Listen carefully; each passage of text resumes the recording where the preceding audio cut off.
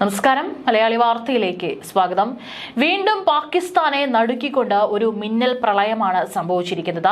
മരണസംഖ്യ 300 കഴിഞ്ഞിരിക്കുകയാണ്. ചിലതിൽ 320 മരണങ്ങൾ റിപ്പോർട്ട് ചെയ്യപ്പെടുന്നുണ്ട്. അവിടെ ചെളികൾക്കിടയിൽ തന്നെ മൃതദേഹങ്ങൾ ഒഴുകി നടക്കുകയും അത് ആളുകൾ മാറ്റുകയൊക്കെ തന്നെ ചെയ്യുന്ന പ്രവർത്തികൾ തുടരുകയാണ്. അവിടെ നിന്ന് പുറത്തു വരുന്ന ദൃശ്യങ്ങളും അതിദാരുണമാണ്. പ്രളയത്തിൽ ഏറ്റവും നാശനഷ്ടം ഉണ്ടായിരിക്കുന്നത് വടക്ക് പടിഞ്ഞാറൻ പാകിസ്ഥാനിലെ ബുനർ ജില്ലയിലാണ്. ഇന്നലെ ബുനറിൽ മാത്രം 157 പേരാണ് മരിച്ചിരിക്കുന്നത് എന്നാണ് റിപ്പോർട്ടുകൾ. അവിടെ നിന്നുള്ള ദൃശ്യങ്ങളൊക്കെ തന്നെ പുറത്തു വരുന്നുണ്ട്. നിരവധി വീടുകളും കെട്ടിടങ്ങളൊക്കെ തന്നെ ഒലിച്ചുപോയി. ബുനറിൽ രക്ഷാപ്രവർത്തകരും ഹെലികോപ്റ്റർ സംവിധാനവും ദുരന്തത്തിൽപ്പെട്ടവരെ രക്ഷിക്കുകയാണെന്നും മണ്ണിലും ചെളിയിലും പൊതിഞ്ഞു കിടക്കുന്ന പ്രദേശത്ത് നിന്ന് ആളുകളെ രക്ഷിക്കുന്നത് ദുഷ്കരമാണെന്നും സംസ്ഥാന ദുരന്ത നിവാരണ സേന അറിയിച്ചിരിക്കുകയാണ്. ഒറ്റപ്പെട്ട കുടുംബങ്ങളിലേക്ക് എത്തിപ്പെടാൻ രക്ഷാപ്രവർത്തകർക്ക് സാധിക്കാത്തതും സാഹചര്യം വഷളാക്കിയിരിക്കുകയാണ്. മൻസെഹ്റ ജില്ലയിൽ ഗ്രാമങ്ങളിൽ 2000-ഓളം വിനോദസഞ്ചാരികൾ കുടുങ്ങിക്കിടന്നിരുന്നു. ഇവരെ ജില്ലാ ദുരന്ത നിവാരണ അതോറിറ്റിയുടെ സംഘം രക്ഷപ്പെടുത്തി. സിറാൻ വാലിയിലുണ്ടായ മിന്നൽ പ്രളയത്തിലും മണ്ണിടിച്ചിലും കുടുങ്ങിക്കിടക്കുകയായിരുന്നു ഇവർ. ബജൌറിൽ പ്രതികൂല കാലാവസ്ഥയെ തുടർന്ന് ഭക്ഷണവുമായി എത്തിയ ഹെലികോപ്റ്ററും തകർന്നു വീണ 2 പൈലറ്റുമാരാണ് മരണപ്പെട്ടിരിക്കുന്നത്.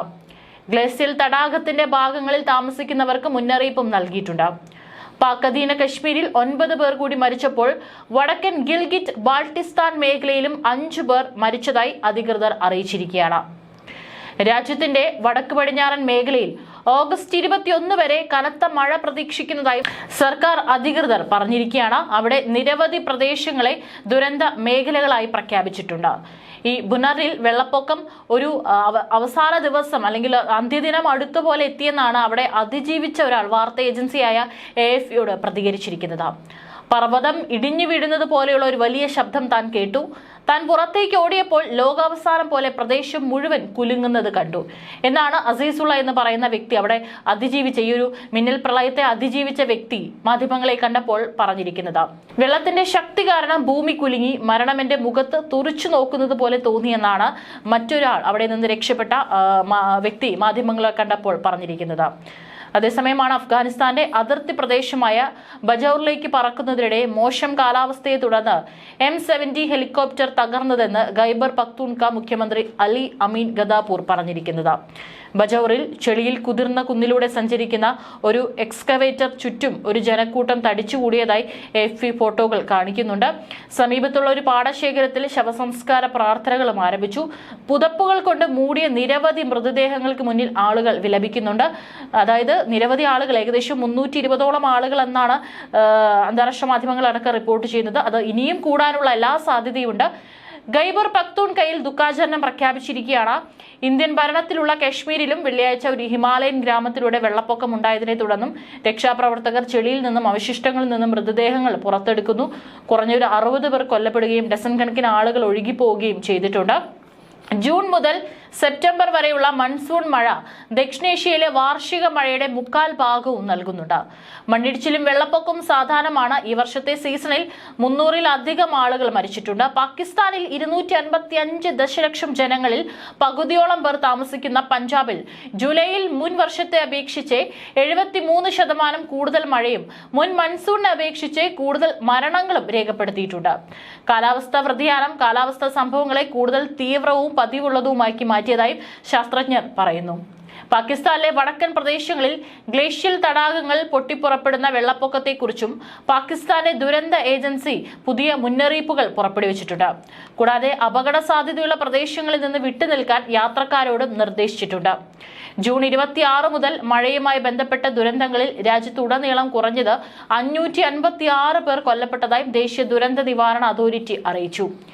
ജൂലൈ മുതൽ പാകിസ്ഥാൻ അധിനിവേശ ഗിൽജിത്ത് ബാൾട്ടിസ്ഥാൻ മേഖലയിലും വെള്ളപ്പൊക്കം ആവർത്തിച്ചു വരികയാണ്. മണ്ണിടിച്ചിൽ കാരക്കോറം ഹൈവേയെ തടസ്സപ്പെടുത്തി. കാലാവസ്ഥാ വ്യതിയാനം കാരണം ഇത്തരം മേഘവിസ്ഫോടനങ്ങളും വെള്ളപ്പൊക്കവും കൂടുതൽ സാധാരണമായിക്കൊണ്ടിരിക്കുകയാണെന്നും വിദഗ്ധർ പറയുന്നു. ആഗോള താപനം കാരണം ഈ മൺസൂണിൽ പാകിസ്ഥാൻ 10 മുതൽ 15% കൂടുതൽ മഴ ലഭിച്ചതായി പുതിയ പഠനങ്ങൾ കണ്ടെത്തി. ഇതൊക്കെ തന്നെ റിപ്പോർട്ടുകൾ, അവിടെ നിന്നുള്ള ദൃശ്യങ്ങളും അതിദാരുണമാണ്. 2022-ൽ പാകിസ്ഥാൻ അതിന്റെ ഏറ്റവും വലിയ മൺസൂൺ ദുരന്തത്തെയാണ് നേരിട്ടത്. അന്ന് 1700-ലധികം ആളുകളുടെ മരണത്തിനും കോടിക്കണക്കിന് ഡോളറിന്റെ നാശനഷ്ടങ്ങൾക്കും കാരണമായിരുന്നു. അതേസമയം തന്നെ ഇപ്പോഴും അവിടെ ഈ ഒരു ദുരന്തങ്ങൾ സംഭവിക്കുമ്പോൾ അവിടെ മരണസംഖ്യ ഉയരാനുള്ള ഒരു പ്രധാന കാരണം എന്ന് പറയുന്നത് ഇതിനെയൊക്കെ തന്നെ വളരെ വേഗത്തിൽ അതിജീവിക്കാനുള്ള സംവിധാനങ്ങൾ പാകിസ്ഥാനിൽ ഇല്ല എന്നുള്ളതാണ്. അവിടെ ഭീകരവാദത്തെ വളർത്തുവാനും അല്ലെങ്കിൽ ഭീകരവാദികൾക്കുള്ള സഹായം നൽകാനും വലിയ തോതിൽ കോടിക്കണക്കിന് പണം അവിടേക്ക് ഒഴുകുമ്പോൾ ഇത്തരത്തിലുള്ള സാധാരണക്കാരുടെ ജീവനെ പുല്ലുവില കൽപ്പിച്ചുകൊണ്ടുള്ള നീക്കങ്ങൾ അല്ലെങ്കിൽ അത്തരത്തിലുള്ള ഒരു ഭരണ സംവിധാനമാണ് നൽകുന്നത്. അതുകൊണ്ട് തന്നെയാണ് പല ദുരന്തങ്ങൾ ഉണ്ടാകുമ്പോൾ അതിൽ നിന്ന് കയറാനായിട്ട് വർഷങ്ങൾ എടുക്കുന്നതും അപ്പോഴേക്കും മറ്റൊരു ദുരന്തം സംഭവിക്കുകയും ജനങ്ങൾ അതിൽ കൂടുതൽ മരണപ്പെടുകയും ചെയ്യുന്ന വാർത്തകൾ വരുന്നത്. ഓരോ വർഷം കഴിയും തോറും പാകിസ്ഥാനിൽ ദുരന്തങ്ങളുടെ എണ്ണം വർദ്ധിക്കുമ്പോഴും അവിടെ മരണസംഖ്യയും ഉയർന്നു നിൽക്കുകയാണ്. അതിനെ അതിജീവിക്കാനോ കൃത്യമായിട്ട് അവിടെയുള്ള ജനങ്ങൾക്ക് മുന്നറിയിപ്പ് നൽകാനുള്ള സംവിധാനങ്ങളോ കൃത്യമായി അവിടെ പ്രവർത്തിക്കുന്നില്ല എന്നുള്ളതാണ് മരണസംഖ്യ ഉയരാനുള്ള പ്രധാന കാരണം എന്ന് പറയുന്നത്. ഏതായാലും ഇത്തരത്തിലുള്ള വെള്ളപ്പൊക്കവും വരൾച്ചയൊക്കെ സംഭവിക്കുമ്പോഴും ഈ കാലാവസ്ഥ പ്രതിരോധ ശേഷിയുള്ള ഉപകരണങ്ങളും സാങ്കേതിക വിദ്യകളും വികസിപ്പിക്കുന്നതിനും നടപ്പിലാക്കുന്നതിനും കാർഷിക മേഖലയിലേക്കൊക്കെ കൂടുതൽ നിക്ഷേപം ആവശ്യമാണ്. പക്ഷേ അതൊന്നും തന്നെ അല്ലെങ്കിൽ അതിനു വേണ്ടിയിട്ട് പണം ചിലവാക്കാൻ പാകിസ്ഥാന്റെ കയ്യിലില്ല എന്നുള്ളതാണ് സത്യാവസ്ഥ.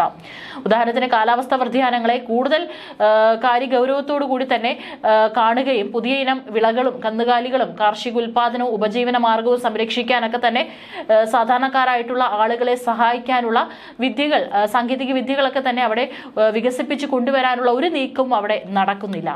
അതേസമയം തന്നെ അയൽ രാജ്യത്ത് ഏറ്റവും പ്രധാനപ്പെട്ട ഇന്ത്യയെ നോക്കി വെല്ലുവിളിക്കാനും അല്ലെങ്കിൽ ഇന്ത്യയെ തങ്ങളുടെ കയ്യിൽ ആണവായുധമുണ്ട്, ഞങ്ങൾ ഇപ്പോൾ അതിട്ട് തകർക്കും, അല്ലെങ്കിൽ ഞങ്ങൾ ഒന്ന് വിരൽ ഞൊടിച്ചു കഴിഞ്ഞാൽ ഇന്ത്യയെ അങ്ങ് മുട്ടുകുത്തിക്കാൻ സാധിക്കുമെന്നൊക്കെ പറഞ്ഞുകൊണ്ടുള്ള വെല്ലുവിളികൾ ഉയർത്താനായിട്ട് യാതൊരു മടിയും പാകിസ്ഥാനില്ല.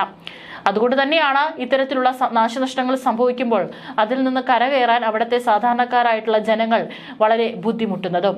പാകിസ്ഥാനിൽ വെള്ളപ്പൊക്കം ഒടുവിൽ അവസാനിച്ചേക്കാം, പക്ഷേ അത് അവസാനമായിരിക്കില്ല. അതുകൊണ്ടാണ് പ്രതിരോധ ശാസ്ത്രാധിഷ്ഠിത പരിഹാരങ്ങൾ സ്വീകരിക്കേണ്ടതും അടുത്ത ദുരന്തത്തിന്റെ ആഘാതം അതേ അളവിൽ എത്തുന്നില്ല എന്ന് ഉറപ്പാക്കേണ്ടതും നിർണായകമാണ്.